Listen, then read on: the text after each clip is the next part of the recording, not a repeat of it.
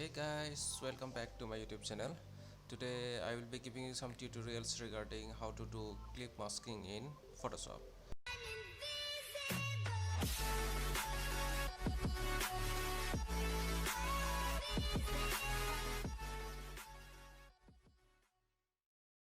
Out here you will be placing some images in the text, and I have written the word fruits and I have placed images of fruits in the text.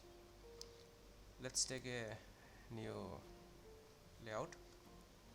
Now go to the text tool and write the word fruits. Then I will use the selection tool to bring it in the center, and I can increase the size. Either I can increase the size by selecting the text, and then I can make it into 150. Okay, now I can press the button Ctrl T also, just to make it more precise. Okay, before putting the textures, we will be applying some layer styles. We can apply some bevel and emboss. I will go for the outer bevel. Then I want soft edges. Then depth I will just increase. Then the size, maybe this size is okay for me. I will somewhat have a 3D look in my text. Then the angle I can check it around. Okay, this seems fine to me. Then contour I will keep it linear.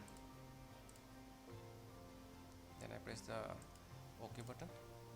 Now I will be importing some images. For example, I want to apply this fruit images in this text, so I will just click and drag it. Now I will take the text layer to the top so that I can adjust the images. For example, I want these images to appear in that FRU, so I will adjust it in a proper manner. Okay, I want this fruits to appear in this letters FRU. Then let's import the second images.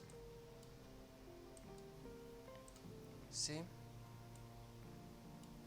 I will increase the size by pressing the button Ctrl T. There is a transform tool. Then I just increase the size. Okay, for me this is fine. Okay, now since this portion is overlapping, I can delete it later. I will show it how you can do this. Now bring back the text layer just above the background.